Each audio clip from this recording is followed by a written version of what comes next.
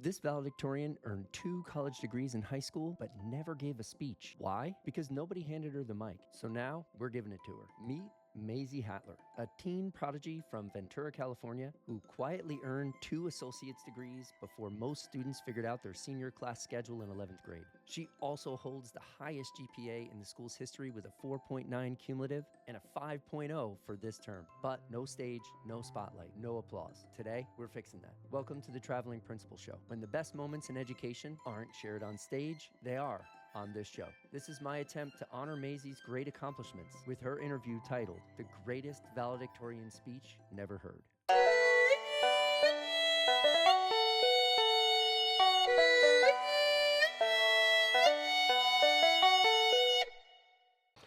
Welcome to the Traveling Principal Show, where navigating education feels like the scenic route, not the commute. Today we have a truly extraordinary guest, you guys, someone whose high school experience makes most of us look like we've spent 4 years just trying to find the lockers. Joining us from Ventura, California, live in person, Maisie Hatler. At an age when most teens are juggling TikTok trends, Maisie was busy earning not 1, but 2 associate's degrees in political science and in social science from Ventura College before even starting her senior year. We'll just get that out right from the start.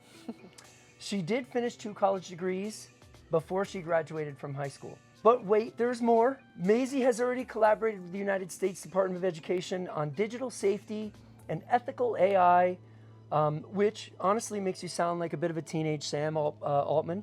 I don't, take that for what you will, but extremely intelligent. And has been interviewed by Forbes, so I'm right after. Not really, but. And her inspiring public policy advocacy around youth mental health, which we're going to get into a little bit in this show. And somehow she still found the time to represent Guatemala in the Model UN. No big deal, right? No big deal. Next stop for Maisie, Stanford, class of 2029, which is fun to say, where she'll major in political science or public policy on a pre-law track. Stanford, if you're listening, brace yourselves. So, Maisie, welcome to the show. Thank you so much. I'm hoping some of your brilliance rubs off on me during this conversation. My kids did say I could use it. So, welcome. Future Stanford Cardinal and public policy powerhouse, Maisie Hatler, you guys. We're gonna jump right in. We're gonna get started. I'm gonna ask you some questions about everything from how you managed your time to AI, because I always wanted a student's perspective. We'll get into that in a little bit. But I want to touch upon your work with Model UN. Your thoughts on roughly when you're being in the 3% of those who are accepted into Stanford, what that feels like. And I also want to ask what it feels like to be interviewed by someone from Forbes, because I'm kind of, I'm pretty curious about that one. So we'll have a little fun with this segment, and we'll call it, What Would Maisie Do? Great. Okay? So I'll throw you directly into the middle of a situation in one of these different categories. And then however you want to handle that, everything from politics to youth engagement to AI, it'll be on you. So are you ready? I'm ready. Okay. Quick peek into Maisie Hatler. Here we go. Question number 1 revolves around balancing books and being a teen, right? So we'll call it the Maisie method. What is the Maisie method, right? Earning 2 associate's degrees before most figured out the difference between MLA and APA. Format is genuinely incredible. It's amazing. I'm sure you know that. I don't understand if you understand how educators feel about that. Oh my gosh. But I want to talk about strategy. So how did you balance college coursework, regular high school responsibilities, extracurriculars, and still manage to stay sane, assuming that you did? It was definitely a hard one. I'm 100% a procrastinator, so my biggest piece of advice for anybody who's balancing school or just a lot of things at once is to cut a piece of time out every single day to do your work, even if it's just 5 minutes. Like, making sure that you're consistently carving away at that workload instead of waiting till the night that it's due and trying to fit all of it in at once, because you're going to have a stress heart attack. It's just too much. You need to make sure that you're consistently doing your work, even if you're not sitting down for hours at a time, just throughout the day. So it's a bit of a horseshoe game for you, where you're wanting them to death. You're doing a little every day, a little at a time. Picking away at it. Or you're not a crammer. I would say that I'm a crammer and a procrastinator, but I'm really trying to break that habit by doing a little bit at a time. Taking my own advice. Yeah. I like that style. So the Maisie method to balance ambition, success, and having a life is doing a little bit at a time every day. Make sure you don't procrastinate. And Okay. It gets really hard. Like junior year, I'm not gonna lie, was probably the hardest year of my life. You know, I ended up taking 18 classes just junior year alone, and it almost killed me. Like you said, I wasn't doing a very good job of balancing my life and school. Junior year was kind of all school, but how many hours of sleep did you get a night during that time? not a lot. Not a lot. 5 Really? was probably a good night. Easy. Yeah. Whoa. Yeah, it was hard. It was Okay. really hard. I still can't believe I did it. I don't know how. How about that? Okay.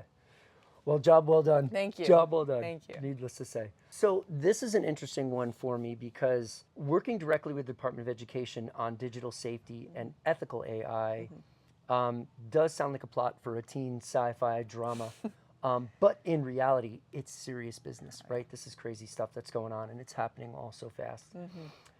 What have you learned from your experience that schools absolutely need to understand? And as a student, do you see AI as more of a helpful assistant to you, or are we closer to like this robot takeover than I realize? Wow. I'd say we are. We're getting there. We're getting there. Working with the U.S. Department and just getting involved with AI is still one of the best opportunities I've ever had, and I'm so grateful that I got to do that. And I think the biggest thing that schools and people in general need to be on top of is just being educated and knowing what's happening. Because if schools and everybody just view AI as the enemy and don't understand what it's doing and what its capabilities are, you're going to fall behind, and it really is going to take over. Because if you don't know what's happening, then how are you going to either prevent it or use it for good? Because AI is inevitable. It's the future. So it is. Let me take it another step forward, because I've reported a lot on AI. I push it in schools. I constantly teach educators and administrators how to use it. Right. I understand their perspective. I understand a parent's perspective. But I've yet to really truly comprehend a student's perspective. Do you feel as though most students utilize AI? And if they do, are they using it for ways that allow them to learn, or are they using it for shortcuts mainly? I think right now a lot of students definitely are using it for shortcuts just because they're not aware of the capabilities, and their teachers aren't really marketing it, I guess you could say, in a way that it is helpful. At all, right? Nobody's really pushing It's it. the enemy. It's and that's why I'm constantly fighting against that. And I would wonder if we're teaching the teachers how to use it so they can teach the kids a little bit more effectively, if that will allow students to maybe use it better.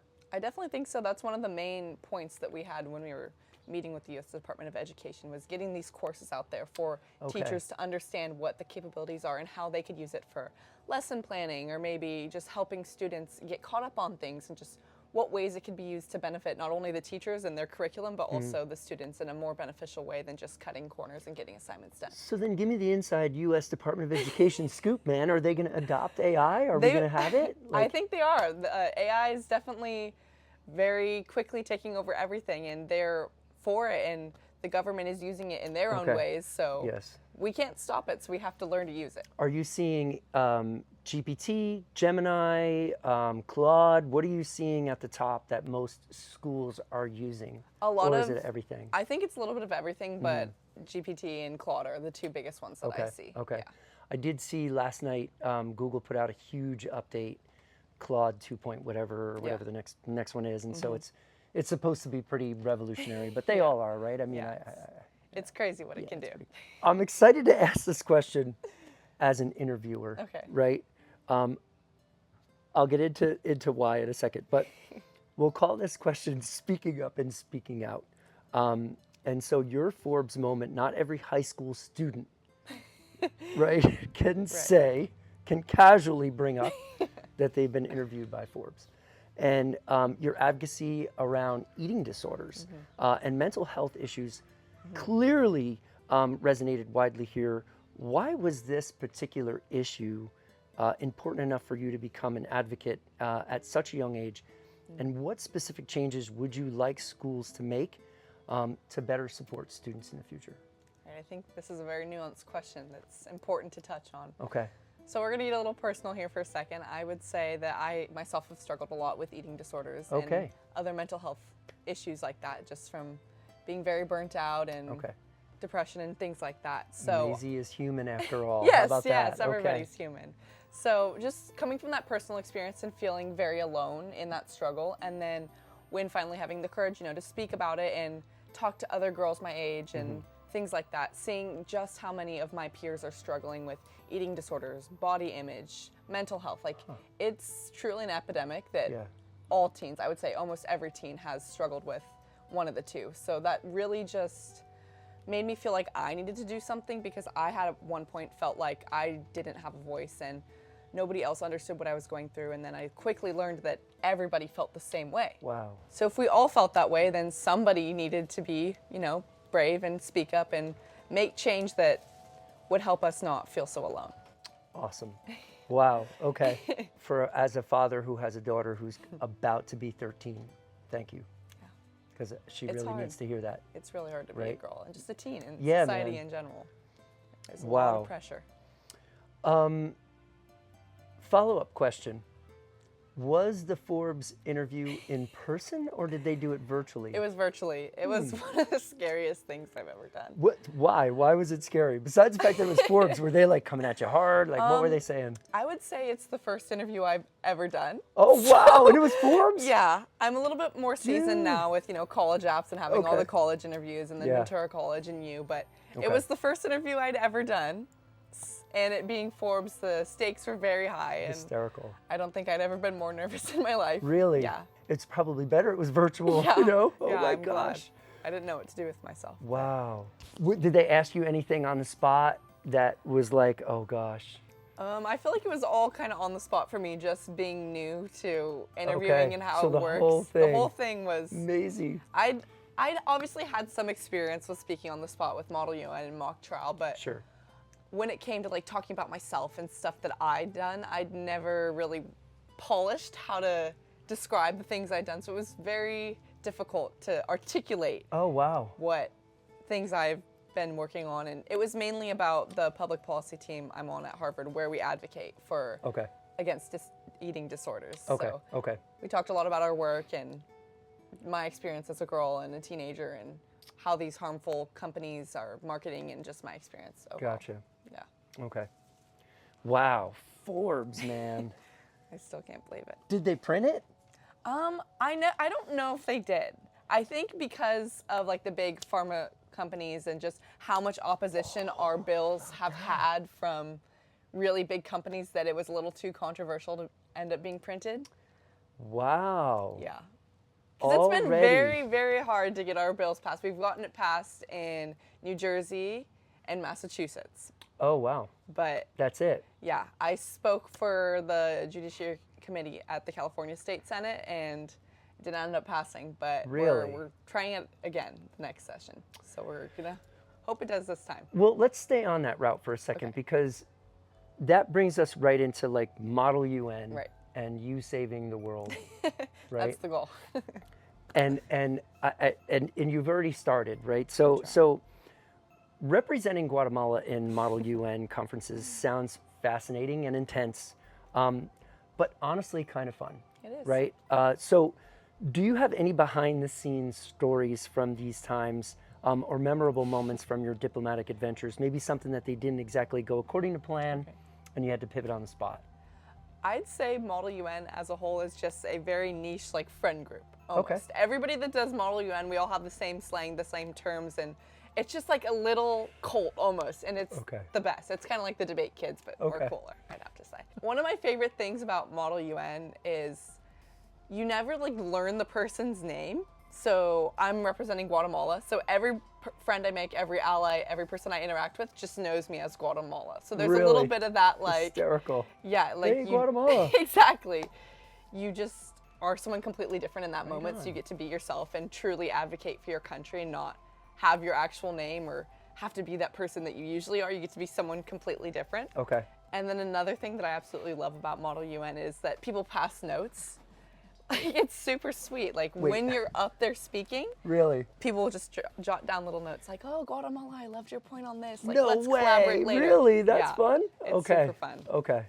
Aw. I think it's probably my favorite, like, club or extracurricular at high school that I've done. Model UN. Yeah, it's the best.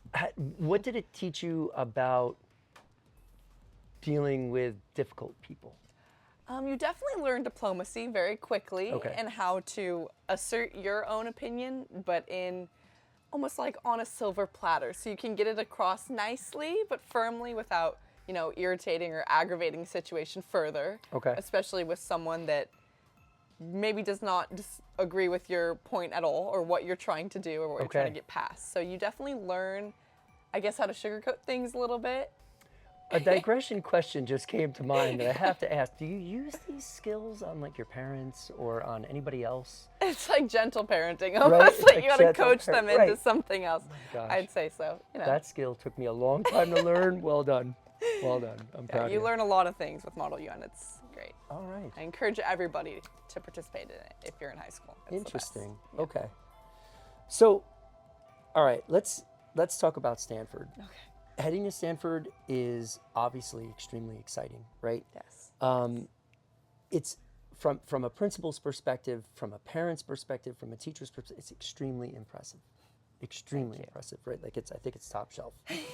And so, with that also, I'm assuming it's a little intimidating. Very. Okay.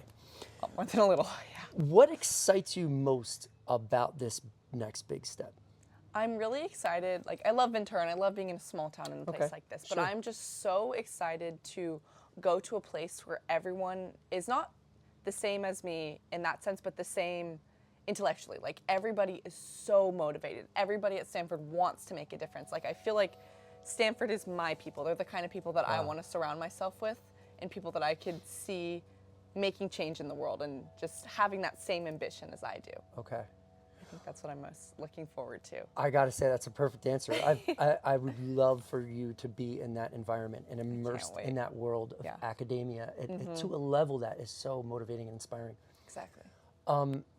What keeps you up at night about it and is a little bit intimidating? I think on that same point, just the imposter syndrome that I am feeling. Oh, come on, man. Oh, it's bad. I'm just trying not to think about it too much because the more I think about it, and obviously I'm following all the people on social media that are going there too, and just LinkedIn is the worst. Seeing Yes. everybody's accomplishments, it makes me feel like, am I gonna be smart enough to be there? There's a lot of self-doubt, I think, but I'm just trying to reassure myself that if I got in, I deserve to be there. Yeah, I So- mean, obviously. Right. Right, 3%. I still can't believe it. I'll just It's a dream throw that come back true. at you. But at the same time, it is interesting to hear that no matter how accomplished you really are, no matter how much you have done, you still have this notion of self-doubt. And I think that's a really important lesson for everybody to learn, that Yeah. everybody's feeling the same way that you are. Yeah. So. Wow. All right. Thanks for sharing that. That's pretty Yeah. huge. Okay. Let's do a little bit of a different segment where I'll fire some different questions at you that just touch upon different controversial topics. Okay. Because Great. I have one of the smartest people I have encountered in my life sitting in front of me, and I can't not take this opportunity. So let's get started. Great. You have some students in your presence. This is your situation, okay? And I want you to tell me what you would do. Okay. You have some students in your presence, and you're on campus at high school, let's say. So we're all talking about 18-year-olds, potential 18-year-olds, potential voters. Mm-hmm. You hear somebody say, I'm not going to vote. It doesn't mean anything to our age group anyway. Okay. How do you change their minds? So I've actually been in this exact situation. Last year was when I first got into voter registration and just working a lot with that, and especially youth registration. Okay. So I ran a youth voter registration drive at Ventura last year, and I did it all by myself. It was really scary. Typically, high schooler will feel a little embarrassed about doing something like that, especially by themselves. But I tried to put that aside and just do what was best. So I set up this little table by the parking lot where, all 2,500 of my peers are coming out of class, going to the car to get food, whatever. And I just had QR codes, and I was ready to face all of them and get them registered to vote. So, of course, apathy is a huge problem. Most people my age, most young people, just don't feel like their voice matters, don't feel like their vote or anything they do is going to change the system, because there's just so much distrust in our government and in democracy as a whole. A lot of people feel like it's failing. So I had many people come up to me asking me, like, why should they vote if their vote doesn't matter? They don't feel like their vote matters. And the thing that I would say most of the time is, your vote or our vote is shaping our future. Like, all these people in charge now, they're much older than us, and eventually we're gonna be their age. And if we don't vote for the things that we want to see, our future is not going to reflect us. The policies, the legislation, government, everything that we believe in is not gonna be there when we get to that age. Or even now, like, you're a young person, you can make change with your voice now. And voting is just such an important way to do that. And so yeah, my biggest thing is just, if you're not voting, you're not contributing to what our future is gonna look like. What was the general reaction from your student peers when you were doing this?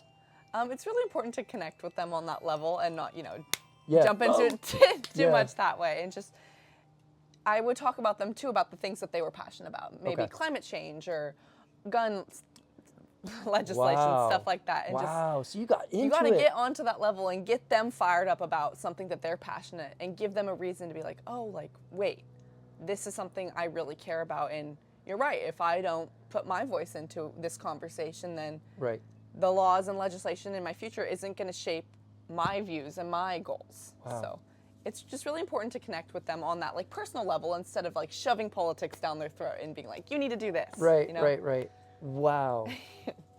Okay, so what would Maisie do in this situation? As a future leader in politics, you will be faced with decisions that weigh populations of the common good against each other, as every issue has two sides.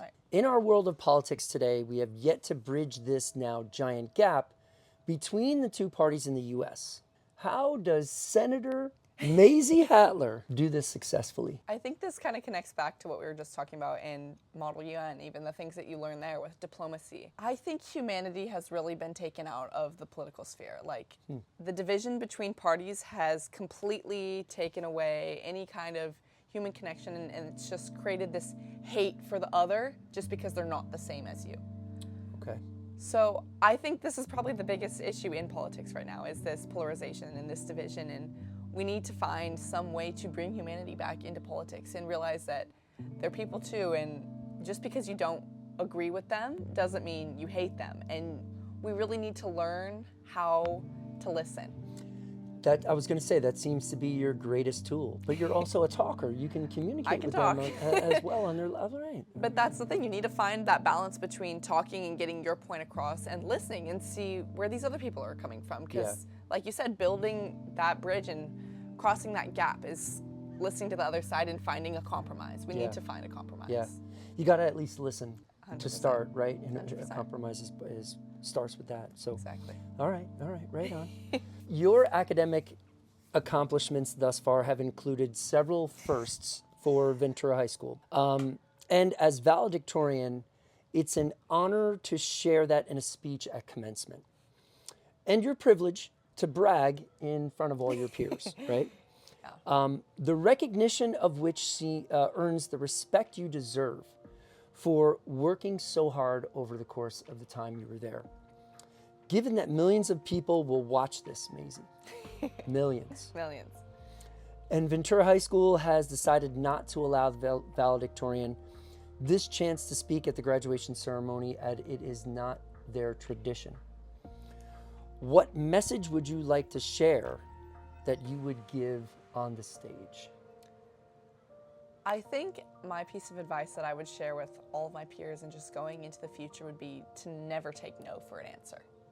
Because if I had taken all the no's that I had heard along the way for an answer, I would not have accomplished a single one of the things that I had done. You really just have to push those boundaries. And if someone tells you no, you gotta find a way around it. Because if you want something that bad, a no is not gonna stop you. Okay, I like that. I also have to say, as a former principal and a 27-year educator, I apologize that you don't have that chance to share out your message and receive what you would if you were doing that on stage. I do hope that Ventura High School comes up with something still. There is a little bit of time. Yeah. What are your thoughts on this overall? I do want to ask. Okay. It's definitely very disheartening, you know, just working so hard. All of high school, I truly killed myself. Just the proof is in the pudding. I have the highest GPA that's ever been achieved in Ventura County. And what is it? My cumulative is a 4.92. So, it's not even just like the recognition for like, oh, like I'm the valedictorian. Yeah, I need that self-praise. Like, it's not that. It's just the principle that it's promoting that academics really aren't that important and you shouldn't, get recognized for working so hard. And just, I guess on a selfisher note, just seeing all my friends that, are valedictorians at other places getting all this praise and these amazing things for the work they did, it's kind of a slap in the face, and not just the academic aspect of it. I put so much of my energy into making Ventura a better place and starting all these new things. Yeah. And just to not even get to speak at my own graduation is really upsetting. It's tough. Yeah. I'm sorry, man. It sucks, but Wow. Thank you for that. yeah. All right, so let me put you in another situation that revolves around high school curriculum that prepares students for the rapid social and societal changes that we're faced with. Let's include things like AI ethics, Okay. Civic engagement, Okay. but let's also use things like cell phone use, technology as a whole, like technology addictions, digital citizenship, right? Social media presence as well. But let's also include things like health education, Okay. right? What are the top 3 elements, let's say, if some of those are examples, that would best reach today's high school students because they're the most pressing ones that are real to them? I'd say public education definitely has a long way to go. Yes. And looking at all those elements that you just mentioned, I think civic education is one of the top ones for me. Interesting. Just because even in my experience helping register these students to vote, a lot of students didn't even know how to register themselves or that they were eligible to vote. Really? So a little shout out to my friend Julia Chambers. She's started this amazing organization called America Undivided, and they're working right now actually to get a bill passed for California where civic education is a mandatory graduation requirement course. And I think that is so important. Like, we take American government and we take econ, and I think that would be awesome if we included a part, maybe even into Gov, about our civic duties and civic education as a whole, and how we as young people and students can get involved with that, whether it be voting or other things along those lines. Interesting. I like that. So I think maybe modernizing the curriculum a little bit, which is a lot, and Okay. obviously, and it's just a theory, but little things like that to make it more effective in an age like we're in with rapid technology advancements with AI, and then also just the political climate and needing people to participate. There's a lot of things we could do with Okay. that. I'm always curious to get a student's perspective because I do see that it is completely disconnected from a lot of the realities of today's needs and demands. Right. Do you think that schools kind of prepare you for the workforce, like for the work world? Not at all. I don't think school has prepared me at all for anything outside of school. I think what the high school system or just school system we have in place now, all it really does is teaches you how to like get by. Yeah. I feel like even in a lot of my classes, you're not necessarily learning the material that much. You're just trying to figure out how to make it work and how to get by and how to get a good grade. Okay. So I think a lot of like the actual learning and understanding has been taken out of school just because of the standard that's been set for getting good grades. And there we are with our large education publication companies, you guys. You know how I get down on the show and I fight against them. There is proof even from the students' perspective that they're no good. Okay, Maisie, you're doing great. And we're almost at the finish line here. But before I let you go, I want to throw you on a hot seat and get some Maisie's quick takes from you. I'll ask you a question about you. So it's not really in these crazy issues like we've been going down. But let's have some fun with some of the answers, right? So the idea here is to kind of just to get to know you. So they can be fast. It's not going to be a lengthy one. Favorite high school memory? Oh, that's a hard one. Is it? Yeah. Oh my gosh. I feel like one doesn't really just pop to the top of my head. Oh, like wow. a lot of high school has definitely been grinding out school and doing extracurricular things and stuff. But it might be a recent one, honestly. Prom was last weekend, and I think it was the most fun I've had at a dance before, and it was definitely very nostalgic, you know, my last high school dance and being together in one place all dressed up with all my friends for the last time until graduation. Oh, wow. Prom. It's really sweet, but really sad. But I think it was definitely a memorable night. Okay, cool. I'm glad that it was awesome. That's nice. Best advice you've ever received? I think it might have to be from my mom. I even wrote about it in my essays for college. It's just to be unapologetically yourself. Just to be unapologetically authentic. I like it. From your mom? Yeah. Of course. Yep. Oh my gosh. Don't let people change you. Don't let people change you. I like it. I mean, you are going to Stanford. You're going to be surrounded with that. Oh yeah. So lots of eccentric people. I can't wait. Great advice. Your mom is the best. I know. Okay, here's a pretty interesting one for me. One myth about Gen Z you'd love to debunk right now. That we're lazy. I hear that all the time, that our generation is lazy. Our generation is not lazy. I think we're one of the most politically, socially engaged groups of young people that has ever been seen. Like, I know so many amazing people that are just doing all they can to get involved and make a change with a system that they don't think is right. And I just know so many hardworking people just at my local high school that have such amazing dreams and have worked so hard all of high school that we are not lazy. Maisie, you just restored hope in me in the future. I can't believe you were just saying these things. I'm going to cut that out and make it a short and send it to all my friends. They need to know. Everybody needs to hear that. Okay, that was awesome. That was a really good answer. Thank you. And even if people are considered lazy, maybe it's just because they haven't had that right, maybe even teaching, coaching, or just opportunity. They haven't had that opportunity to find themselves and find something that really motivates them, like especially what we were talking about with school earlier, where it's become so disconnected from actually learning. Maybe they haven't found something that makes them want to learn or get involved. And so I think everybody has that potential, and lazy is not the right word to use. I like it. You heard it here first, Gen Z. Okay, a book, podcast, or a show you'd recommend that everyone should see or listen to or read? I don't really watch shows. Ever. Never? I don't watch TV. No TV? I don't watch TV. No, I don't watch movies. I don't watch TV. That's not really my thing. Well, one thing I did watch was Suits. Every episode. I love Suits. Oh my gosh, Suits is the best. But besides that, I think this is a little different than what you said, but on Instagram, there's this page called Here's Why Kevin, and it's this dude, and he is so up to date on every single issue.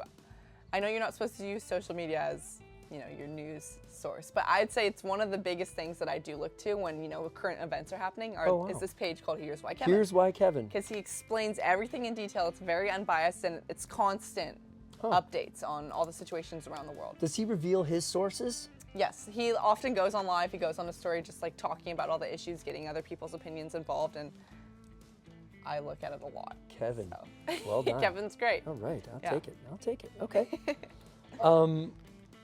So your guilty pleasure TV show is Suits? Really? The only TV show. Of all the shows? Yeah. Because it's like a lawyer show? Yeah. Oh my goodness. Yeah, I didn't even know what it was. I just seen a clip of Harvey Specter being cool on Instagram or something. I was like, oh, what's this? This looks awesome. You know, and then I watched it all. This brings up a really good opportunity here. So all the people listening, if you could leave a comment below, give Maisie a suggestion of something that she could watch that isn't Suits, not to knock Suits. I've heard good things. I hear good things, but yeah, let's give her a variety. If you could keep one app on your phone, what would it be? I mean, you got to call, and you got to call. Right. That's it. Just call? Just call. You can keep one other app. Well, then I think it's between either Google, The internet. I think the internet is one of the biggest tools that's ever been. So probably just Google. I'm going to ask you this one then. AI over Google? No. No. The Going reason I straight to AI. say that is because AI, yes, it has a lot of amazing resources, but Google and news reports, maybe the people are utilizing AI, but they have that human take and experience. AI doesn't have that human experience or that emotion that humans have. Okay. So AI is awesome. It's a great tool, but Okay. I wouldn't solely rely on it because it just doesn't have that human approach that We're still need. using Google. yes. Okay.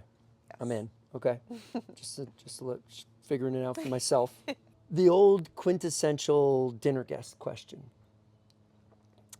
Living, historical, fictional, who's that person going to be? AOC. Really? Oh my gosh, She's really? like one of my biggest inspirations. The Boogie Down makes the list. I love her. Really? Okay, so AOC. I was so mad that she didn't come with Bernie Sanders to California for their little fight the oligarchy. Because they were selling it out. Yeah. Right? I wanted to go so bad. The closest one was in Arizona, though. What one question would you ask her? I think I would ask her about imposter syndrome.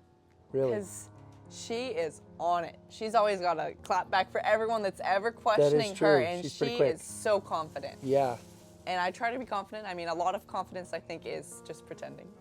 But I want to Okay. take lessons from her about that. Because Okay. she is just so inspiring. I want to be like her, especially in the Senate, that I can be that much of a badass. I don't know if I can say that on here, but You can. All my New York followers, She's a send this badass. to AOC. I know you guys are close in the love Bronx her. there, so send it out. One totally irrational fear that you've never admitted publicly? I'm scared of a lot of things. You are? Really? I think spiders is a little common, but I will have a full-blown meltdown if I see a spider, even if it's like this big. Tears, panic attack, can't breathe. Arachnophobia, right? Bad. Isn't that what it is? Yeah. Really bad. I Spiders really or hate snakes? spiders. Are you good with snakes? Snakes are fine. What? They, just as long as they're not too close to me, but spider, Crazy, I draw the really? line there. As we sit in this quasi jungle of a Yeah, I backyard. know. I was looking at the spider web there's over one there right on that here. table. I'm like, okay, great. All right. I want to ask this question because I ask this question in front of students often when I'm at schools. Okay. How many hours a day are you on your phone? You know that average Too many. thing you get every week? How many, what's too Too many? many. Is it more than 4 hours a Yeah. day? Probably like 6. 6 hours a day. Maybe I think it's 7. kind of a little high on the average side, but Yeah. I think definitely technology has hurt a lot of teens, including myself's attention span. okay. Absolutely. I agree. And just that constant dopamine. It's hard to put it down. And I feel myself doing it, just picking up. I'm like, no, Yeah. put it down. Because I was going to ask you, since I have the opportunity, what are you doing to battle it? Since you recognize it, you see it, you know, what you can just put down. Do you deal with your notifications? Do you turn those off? Oh, I'm on Do Not Disturb constant. I don't have Oh, okay, notifications ever. okay. Yeah.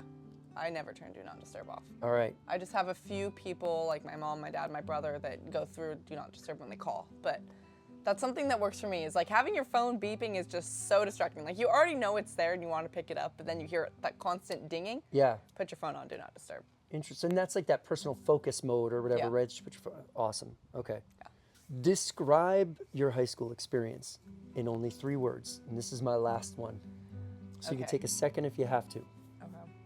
Challenging. Okay. Junior year, right?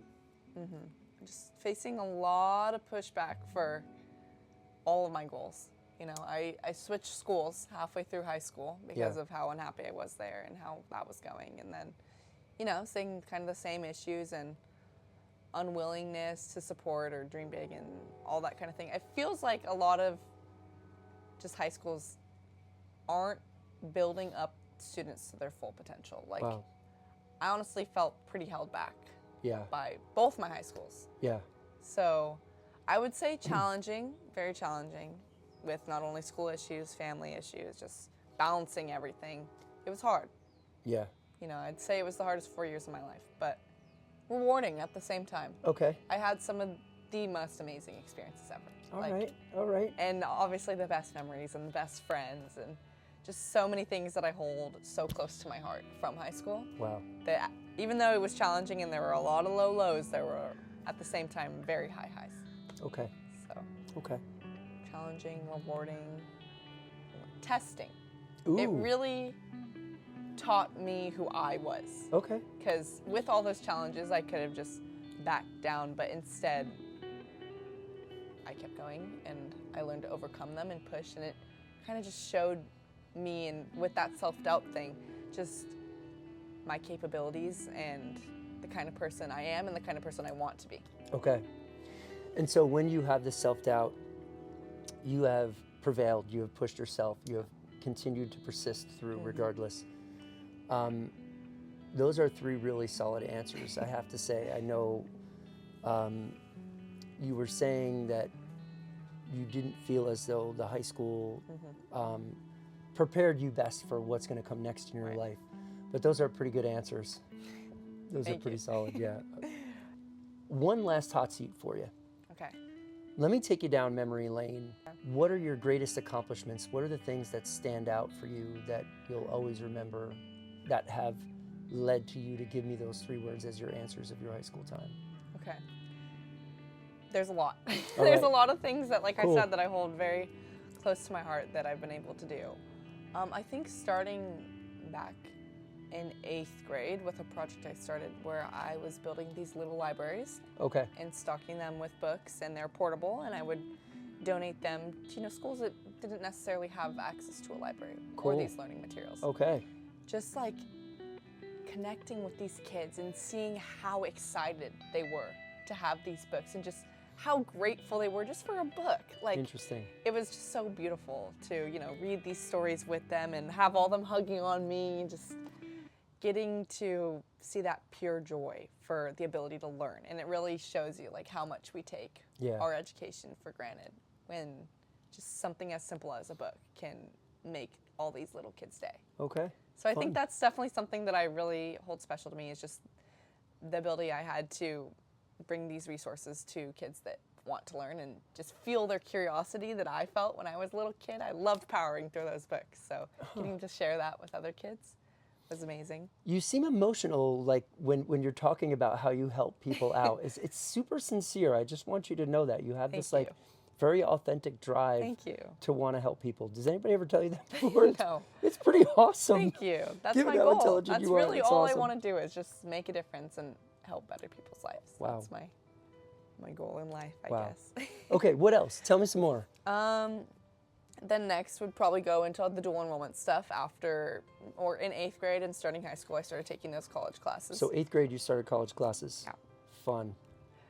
It was a wild ride. It was crazy being that little. How old was I? Like 14, 13 15? or 14. Holy Kid moly. in the classroom with 20-year-olds. How old are you now? 17? 18. 18, okay. 18, I was Okay. 18 in December. Oh So my gosh. just like being that teeny little kid in the classroom, Yeah. looking up all these 20-year-olds. It was crazy. You were on the campus? Yes. Yeah. It was What was the class? health. What'd you The get? first, an A. The first two college classes I ever took were art appreciation. That class was so hard. Really? That class was so hard. Art And health. appreciation? That class was so hard. One of the hardest ones I ever took. Oh my That gosh. professor and that class, oh, that was hard. But then just leading up to that moment junior year when, that same little girl, like now, I was still that little girl. I was the junior in high school sitting around all these college graduates, and this just walking across that stage was probably one of the happiest moments ever, besides getting into Stanford. Like, Yeah.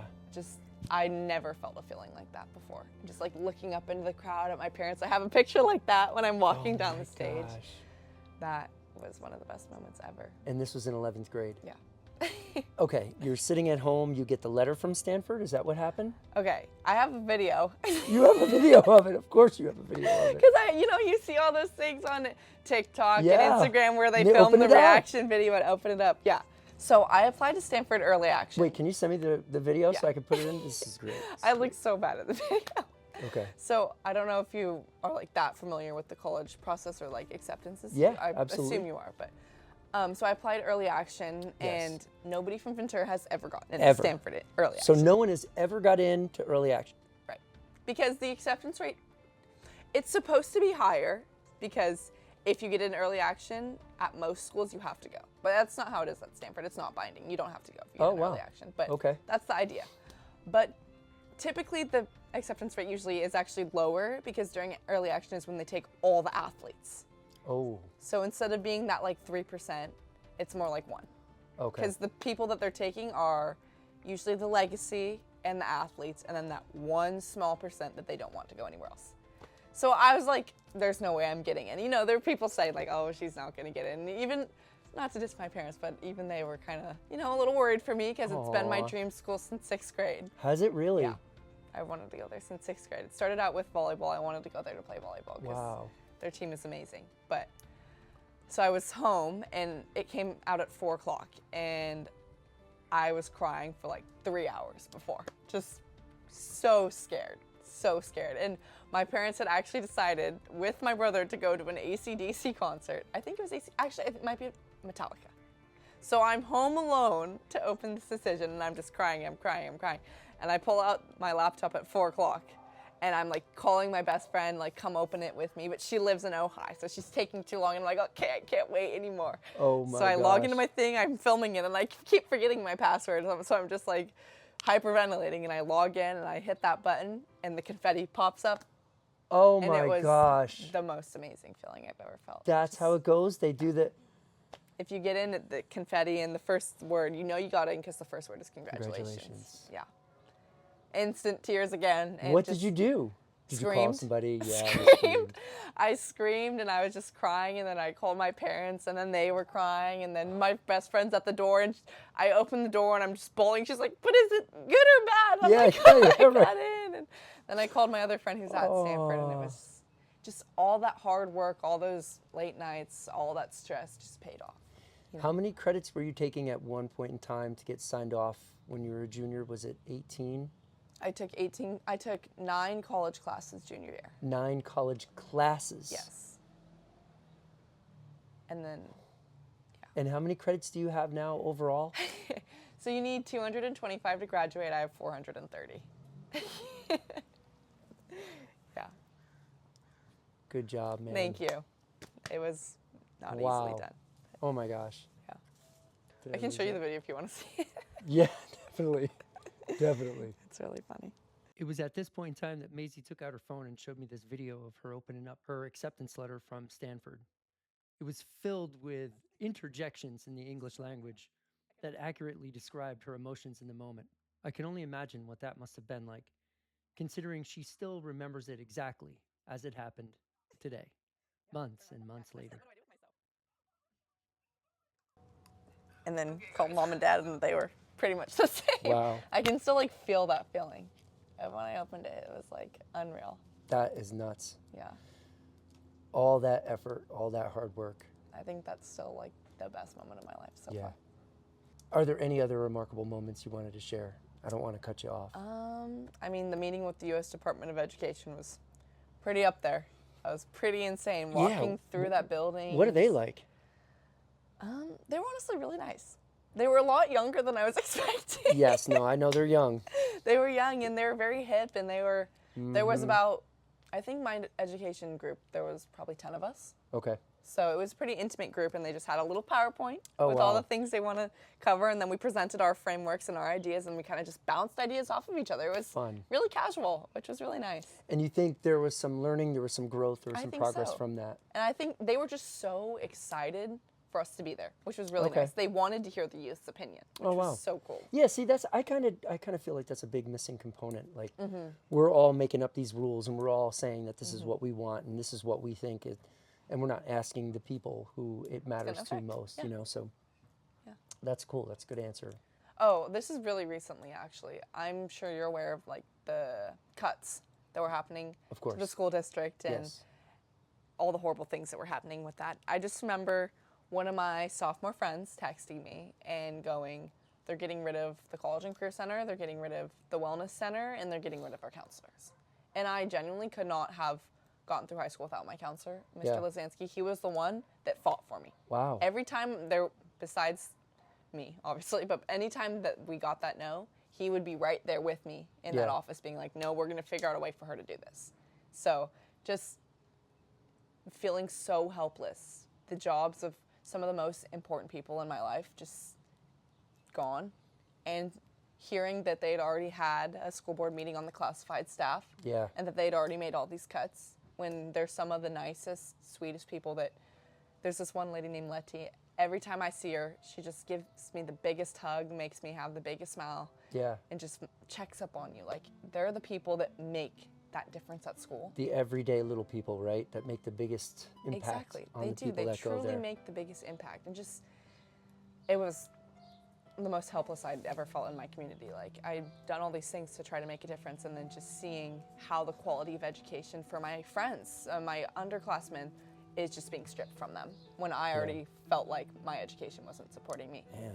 So there was a protest that day after. Okay. Everybody ditched class because, I mean, I don't think that really was helping, because ditching class is taking away money from the district. Sure. But they were all like, we're not going to go to class, they're not going to get paid, blah, blah, blah, blah. Okay. So then me and all my Model UN friends, they were amazing. And just, there were like hundreds of students making posters and putting them all around the schools, writing with chalk, and on the corner with signs, and just all of a sudden, out of nowhere, I literally walked onto campus that day and I'm like, why is everybody standing around? What's going on? I didn't even know there was a protest. So then we printed out like maybe 300 flyers with all the board numbers, emails, phone numbers, just telling everybody, reach out to them, write an email, tell them how important this is and how we need to protect this.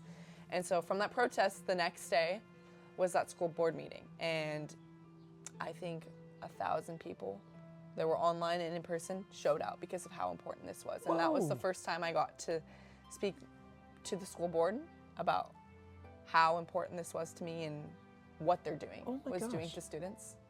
So just having that opportunity for me and all my friends who care so much about these people that have made a difference in our life and getting to speak out and eventually these jobs getting saved was one of the most rewarding feelings ever. Oh my gosh, really? Yeah. They ended up deciding not to cut the librarians, not to cut the counselors, the wellness centers, etc. Really? Yeah. Well done. And honestly, I think it was because of the students. Just yeah, absolutely. It sounds like it. They had to open up overflow rooms because of how many people came. The power of the people, man. Yeah, it was amazing. It was truly crazy to see that democracy that we fight so hard for in real time. This is a roller coaster of an episode for Ventura High School, I have to tell you. I don't know what to say. The students there are just such beautiful souls. Sounds like everybody there is amazing. Yeah. All right. Wow, well done. Yeah. Any words you want to share with your counselor? Thank you for being my biggest supporter. I appreciate you more than you'll ever know. Mr. Lazansky, you're the best. Good job, dude. He's the best. Maisie, I really wanted to thank you for your time today, again. In my time working with high school students, I've met some of the most remarkable teenagers. Some have gone on to continue to take advantage of this world by doing what's right for the most amount of people that they could reach. And I implore you to do the same because you are one of them. Do you have any final words that you would like to share with the audience listening? Just kind of reiterating some of the things I already said. Don't be afraid to use your voice. Don't be scared of other people's judgment or let other people change who you are. You're so amazing the way you are, and be confident in who you are and use your voice, and don't take no for an answer. I like that. Yeah. Right? Don't take no for an answer. That's the big one. Don't take no for an answer. You heard it here, folks. First, folks, on the Traveling Principal Show, my honored guest, Maisie Hatler, future senator, first of many in Ventura Unified's Department of Education here. I mean, how many credits? 430? The highest GPA, 4.9, 2 associate's degrees in 11th grade, 18 credits at one time, Model UN. We could go on and on. Maisie, you're so impressive. Thank you so much. I wish you nothing but the best. Thank you. Thanks for hanging out with us. Thank you for having me. This is great.